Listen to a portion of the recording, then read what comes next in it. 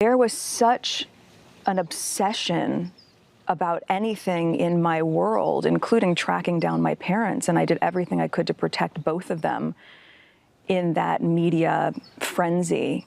But for over a year, the UK tabloids were trying to find my dad, offering people so much money to try to find his address. Once they did, I remember being told there was a huge headline like, "We found him," or "We've got him." You're talking about someone's father. And from that point, the tabloids, they moved into the apartment next door and across from him, descended on this small town, were just giving him gifts. The whole thing brings us to where we are today. Did it feel like betrayal when you found out your father was working with the tabloids?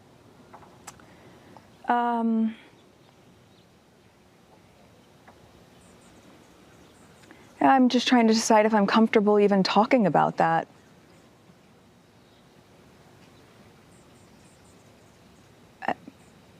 If we're going to use the word betrayal, it's because when I asked him, when we were told by the comms team this is a story that was going to be coming out, which, by the way, the tabloids had apparently known for a month or so and decided to hold until the Sunday before our wedding because they wanted to create drama, which is also a really key point in all this. They don't report the news, they create the news.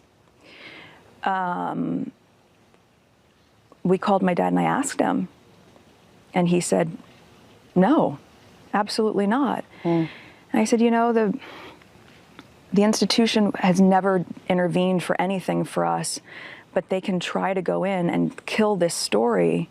But if they do this once, we're not going to be able to use that same leverage to protect our own kids one day." He said, "No, absolutely not." He hadn't been talking to them? Yeah. Yeah. So he basically lied to you. Well, and so when I said we won't be able to protect our own kids one day, and I said, "So I just need you to tell me, and if you tell me the truth, we can help." And he wasn't able to do that. And that for me has really resonated, especially now as a mother. You know. Not being willing to protect you. And also me saying just full stop, if we use this to protect you, we won't be able to protect our own children one day. Well, I'm talking about your grandchildren. So I can't, I mean, I look at Archie, I think about this child, and I go, I genuinely can't imagine doing anything to intentionally cause pain to my child. I can't imagine it.